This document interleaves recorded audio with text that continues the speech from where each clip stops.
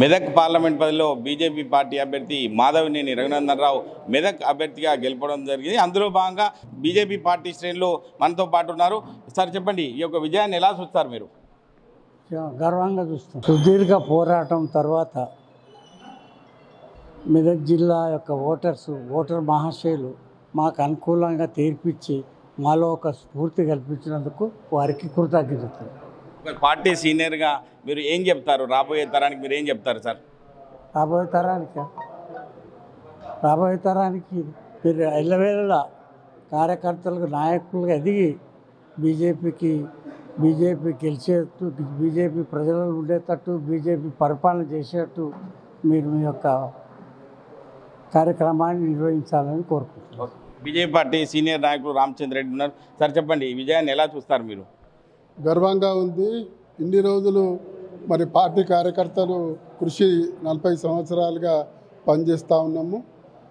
ఈ ఆదరణ మరి భారతీయ జనతా పార్టీకి రాబోయే రోజుల్లో అసెంబ్లీ వరకు కూడా పార్టీ ఎదుగుదలకు, పార్టీ గెలవడానికి ఆస్కారం ఉండేటట్టుగా ఆశీర్వదించి పంపించాలని కోరుతాము.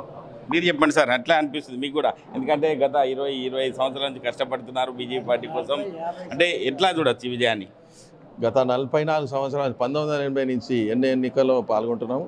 అప్పటి నుంచి కూడా మాకు భారతీయ జనతా పార్టీ సిద్దిపేట అసెంబ్లీ నియోజకవర్గం నుంచి మేము అధికారంలోకి రాలేదు. ఇంతకుముందు గతంలో మెదక్ పార్లమెంటు తరఫున బీజేపీ గెలిచినా కానీ అప్పుడు సిద్దిపేట లేకుండే, సిద్దిపేట పార్లమెంట్ ఉండే. పార్లమెంటు గెలిచినందుకు మేము చాలా గర్వంగా ఫీల్ అవుతున్నాం, చాలా సంతోషపడుతున్నాం. అలాగే సిద్దిపేట టౌన్ మరియు సిద్దిపేట రూరల్ బెల్ట్లో కూడా చాలా అత్యధికంగా ఓట్లు పోలైనాయి. ఒక్కొక్క బూత్లో 85% కూడా ఓట్లు పోలైనాయి. అలా ఓట్లు ఇచ్చినందుకు సిద్దిపేట ప్రజలకు మేము ధన్యవాదాలు తెలుపుతున్నాము.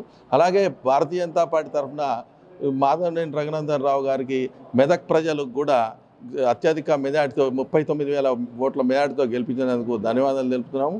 అలాగే భారతీయ జనతా పార్టీ ఎంపీ అభ్యర్థి తరఫున కానీ మేమందరం మెదక్ ప్రజలకు మరి సిద్దిపేట ప్రాంతవాసులకు పార్లమెంటు నిధులు తీసుకొచ్చి ఇక్కడ పనిచేస్తామని మేము మనవి చేస్తున్నాం. మీరు చెప్పండి, ఎట్లా అనిపిస్తుంది మీకు? మెదక్ పార్లమెంట్ అభ్యర్థి మాధవినేని రఘునందన్ రావు కొంచెం మెజార్టీతో గెలిచినందుకు గర్వంగా ఫీల్ అవుతున్నాం. అంటే ఆర్టీవీ సర్వే ముందే చెప్పింది మెదక్ పార్లమెంటు ఖచ్చితంగా బీజేపీ గెలుస్తుంది. ఆ విషయంలో మీరేం చెప్తారు?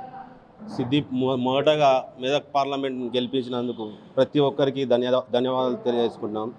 ముఖ్యంగా ప్రచారంలో మేము ఎక్కడికి పోయినా మహిళలే కానీ పురుషులే కానీ చిన్న పెద్ద అందరు తేడా లేకుండా మాకు మంచి స్పందన ఇచ్చారు.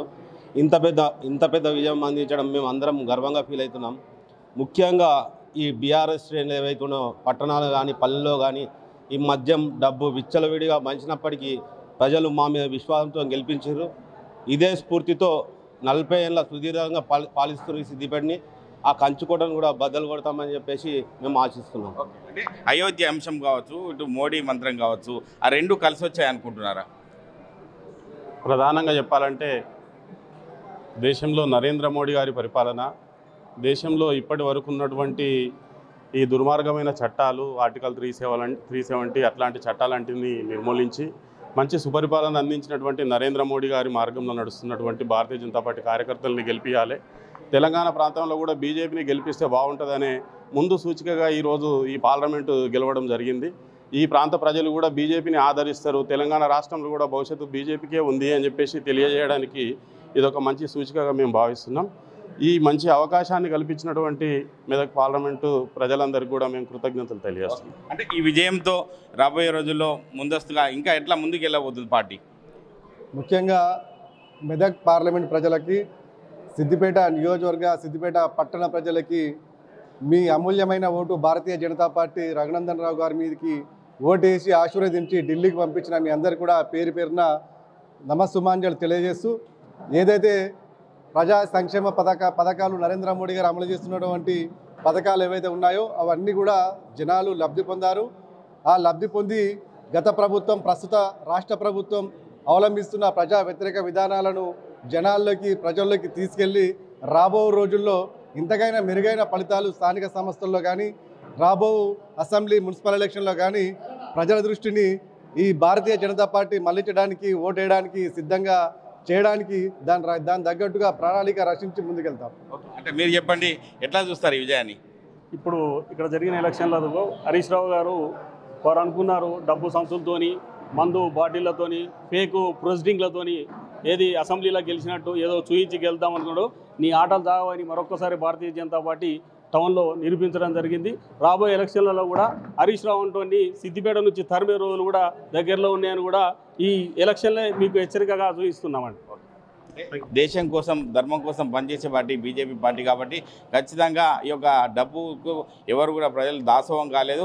నిజాయితీ గల పార్టీ బీజేపీ పార్టీ అభ్యర్థి మాధవనేని రఘునందన్ గెలిపించడం కనుక బీజేపీ పార్టీ శ్రేణులు కూడా సంతోషం వ్యక్తం చేస్తున్నారు. కెమెరామెన్ ఎల్లూరుతో మహేష్, RTV, ఉమ్మడి మెదక్ జిల్లా. మరిన్ని వీడియోస్ కోసం ఛానల్ ని సబ్స్క్రైబ్ చేయండి. లేటెస్ట్ అప్డేట్స్ కోసం వాట్సాప్ ఛానల్ ని ఫాలో చేయండి.